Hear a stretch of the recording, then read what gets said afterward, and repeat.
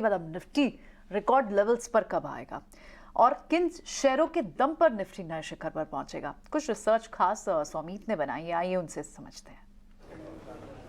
Nifty bank तो अपने all time high पे पहुंच चुका है और निफ्टी की अगर हम बात करें तो उससे 1% दूर है अपने ऑल टाइम हाई से। तो हमने यहाँ पे एनालाइज किया है कि कौन से वो 5 स्टॉक हो सकते हैं जिनके वजह से निफ्टी अपने ऑल टाइम हाई पे पहुंच सकता है। तो सबसे पहला आता है रिलायंस इंडस्ट्रीज, उसका वेटेज करीब 10.4% का है इंडेक्स पे और 1 दिसंबर से लेकर अब तक अगर हम देखें तो ये स्टॉक करीब 8% गिर चुका है, जबकि काफ़ी सारे ट्रिगर्स है रिलायंस इंडस्ट्रीज के लिए आगे चल के, जैसे कि रिफाइनिंग सेगमेंट का जो वीकनेस है वो अब खत्म हो चुका है, पेट्रोकेमिकल में रिकवरी देखने को भी है, डीमर्जर ऑफ जियो फाइनेंशियल है और आगे चल के पोटेंशियल लिस्टिंग भी है टेलीकॉम और रिटेल आर्म की।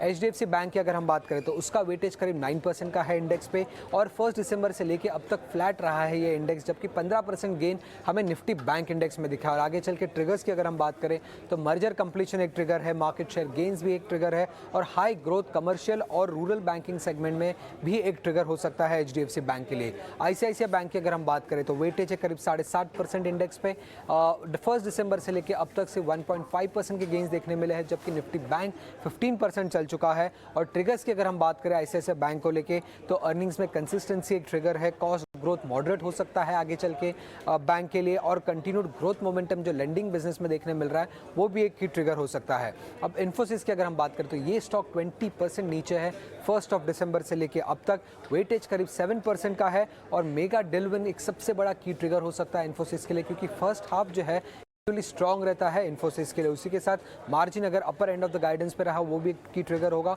और अगर यूएस के मैक्रो एनवायरनमेंट में कोई इंप्रूवमेंट देखने मिला तो वो भी एक की ट्रिगर हो सकता है। सिमिलरली टीसीएस ये स्टॉक 4% नीचे है, इंडेक्स में वेट करीब 4.4% का है। इंप्रूवमेंट इन यूएस मैक्रो एक की ट्रिगर हो सकता है। उसी के साथ डील विंस और इंप्रूव्ड यूटिलाइजेशन भी एक की ट्रिगर हो सकता है, जिसकी वजह से शेयर स्टॉक में गेन्स देखने को मिल सकता है और निफ्टी भी अपने ऑल टाइम हाई पे जा सकता है। Right, very interesting Soumit. आप तो यानी लगभग 250 पॉइंट दूर हैं हम ऑल टाइम हाई से निफ्टी पर, और जित हैवी वेट्स का कंट्रीब्यूशन मिल सकता है, कौन से बड़े ट्रिगर्स हो सकते हैं जिस पर बात कर रहे थे हमें सौमीत बता रहे थे। तो रिलायंस काफ़ी क्लोज दिखता है, एचडीएफसी बैंक काफ़ी क्लोज दिखता है।